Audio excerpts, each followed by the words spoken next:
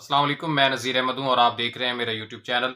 میری آپ سے درخواست ہے کہ اگر آپ میرے اس چینل پہ نئے ہیں تو میرے اس چینل کو سبسکرائب کر لیں، بیل آئیکن کو پریس کر لیں تاکہ آپ کا اور ہمارا خوبصورت ساتھ تا دیر قائم رہ سکے اور آپ کی اور ہماری خوبصورت ملاقاتیں ہوتی رہیں۔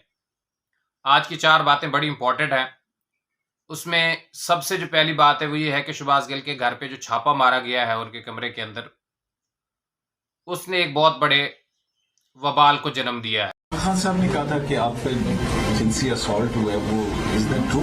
جی اٹس ٹرو۔ وہاں پر جو چیز ملی ہے وہ ایک اور سوال ہے۔ دوسرا، عمران خان کے خلاف جو ہے وہ دہشت گردی کا مقدمہ ہو گیا ہے۔ اب یہ بھی ایک بہت بڑا سوال ہے۔ اور تیسری، پاکستان کے اندر جو سیلاب نے تباہی مچا دی ہے ان کے ساتھ یہ حکومتیں کون سا سلوک کر رہی ہیں اور کیا کچھ ان کے لیے اقدامات کیے جا رہے ہیں۔ اور تیسری بات کہ پاکستان کے جو ٹوٹنے کی افواہیں سرگرم ہیں ان کے حوالے سے ہم نے بات کرنی ہے، تو ویڈیو کو اینڈ تک ضرور دیکھیے گا۔ یہ بڑی امپورٹنٹ ویڈیو ہو سکتی ہے اور بہت سارے سوال جنم دے سکتی ہے۔ سب سے پہلے اس معاملے کی طرف آتے ہیں کہ شہباز گل کے گھر میں کل چھاپا مارا گیا ہے، یعنی اس کے جو پارلیمنٹ لارجز جو کمرہ جو ہے وہ ان کے زیر استعمال رہا ہے وہاں پر چھاپا مارا گیا اور وہاں پہ سے کچھ چیزیں جو ہیں وہ برآمد کی جا رہی تھی، اور پھر چند میڈیا نمائندگان کو ساتھ لیا گیا ہے تاکہ جو ہے اسلام آباد پولیس سرخرو ہو سکے کہ جو کچھ بھی ہو وہ کیمرے کی آنکھ کے سامنے ہوا ہے۔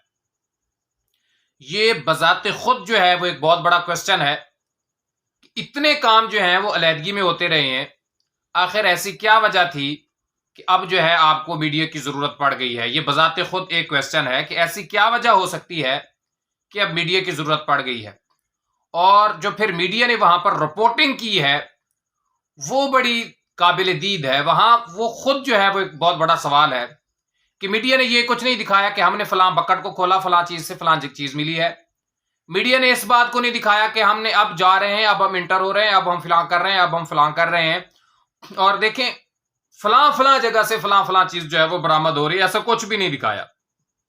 جو چیزیں بیڈ کے اوپر آ گئی ہیں میڈیا نے اس کی تصویریں کھینچی ہیں اور سوشل میڈیا پر اور مین سٹریم میڈیا پر اور ہر قسم کے میڈیا پر جو ہے اس کو پھیلا دیا گیا ہے، اور اس میں بہت ساری چیزیں ایسی تھیں جو قابل اعتراض تھیں، جیسے میں اس میں ایک اینکروفون تھا اور بٹوا تھا اور پسٹل تھا۔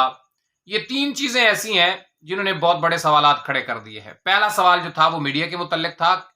پہلا سوال میڈیا کے متعلق یہ بنتا ہے کہ آخر کیا ضرورت پڑی ہے کہ میڈیا کو ساتھ لے جایا گیا ہے؟ کیا ایک ادارہ اتنا ٹرسٹیبل نہیں ہے کہ عوام اس کے اوپر ٹرسٹ کرے؟ پہلا سوال یہ بنتا ہے۔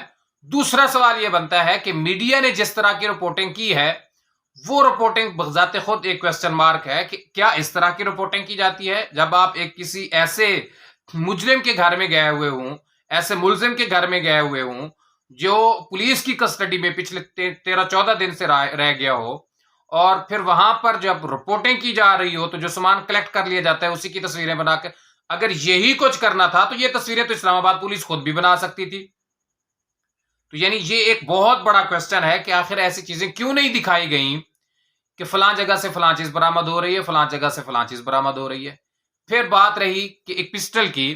اب شہباز گل صاحب کو کہہ رہے ہیں کہ یہ پسٹل میرا نہیں ہے، میرے پاس 2 کلاشنکوفز کے جو ہے وہ لائسنس بھی موجود ہیں، وہ اسلحہ بھی میرے پاس موجود ہے، لیکن یہ پسٹل جو ہے وہ میرے لیے کوئی بڑی بات نہیں تھا، لیکن یہ میرا نہیں ہے۔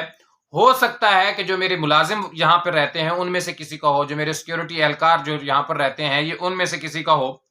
اور شہباز گل صاحب نے ایک بہت بڑی بات کی ہے، وہ یہ تھی کہ جس طرح کا میں فیل کر رہا ہوں کہ جس طرح میں اپنے سامان کو رکھ کے گیا تھا، جو سامان کی میری ترتیب تھی اور آرڈر تھا، اب اس کمرے کے اندر وہ ترتیب وہ آرڈر جو ہے وہ نہیں ہے، تو کہیں نہ کہیں ایسی بات ضرور موجود ہے بقول شہباز گل کہ میرے کمرے کے ساتھ چھیڑخانی کی گئی ہے، میرے کمرے کو جو ہے وہ ادھر ادھر کیا گیا ہے اور اس میں چیزیں الٹ پلٹ کر دی گئی ہیں۔ شہباز گل نے کہا کہ جہاں پر میں پاسپورٹ رکھتا تھا میرا پاسپورٹ وہاں سے برآمد نہیں ہوا بلکہ کسی دوسری جگہ سے برآمد ہوا ہے۔ اور پھر جو اگلی بات ہے وہ بڑی زبردست ہے۔ شہباز گل کہتا ہے کہ میں نے اپنا بٹوا اپنے ڈرائیور کو دیا تھا جبکہ میرا بٹوا میرے کمرے سے برآمد ہو رہا ہے. تو یہ ایک بہت بڑا سوال ہے کہ آخر ایسی کون سی چیز ہے جس نے گاڑی سے یا ڈرائیور کے گھر سے یا ڈرائیور کی ملکیت سے اس بٹوے کو نکالا ہے اور شہباز گل کے گھر تک پہنچایا ہے. یہ بھی ایک بہت بڑا سوال ہے. دوسری بات جو ہے وہ جمیل فروخی صاحب کے ساتھ بھی یہی کچھ ہو رہا ہے. اچھا یہاں پر ایک بات نا وہ بڑی دلچسپ بات ہے. ہم نے جو خبروں میں سنا ہے, اخباروں میں پڑھا ہے, ڈاکومنٹریز میں دیکھا ہے, موویز میں دیکھا ہے, جو کچھ بھی ہم نے دیکھا ہے کہ یہ جو برہنہ کرنے والی اور بے لباس کرنے والی باتیں ہیں یہ CIA میں پائی جاتی ہیں. اب سوال یہ پیدا ہوتا ہے کہ اگر وہی وتیرہ اختیار کیا گیا ہے جو پہلے پاکستان میں کبھی بھی استعمال نہیں ہوئی, یہ ٹیکنیک اور اس طرح کی باتیں جو ہیں وہ کبھی بھی پاکستان کے اندر استعمال نہیں ہوئی, اور اب یہ چیزیں ہو رہی ہیں, تو یہ کس کے اشارے پہ ہو رہی ہیں یا کس کے ساتھ اظہار یکجہتی کے لیے یہ باتیں یہ ٹیکٹس استعمال کیے جا رہے ہیں؟ یہ بھی ایک بہت بڑا کوسچن ہے. میں صرف کوسچن ہی کر سکتا ہوں. اور دوسرا, میری اطلاعات کے مطابق اور جہاں تک میری سوچ اور ریسرچ جاتی ہے وہ یہ ہے کہ عدالت جو ہے اب جب شہباز گل دوبارہ عدالت کے اندر پیش ہوں گے تو عدالت مزید جو ہے میری اطلاعات کے مطابق شہباز گل صاحب کو ریمانڈ نہیں دے گی.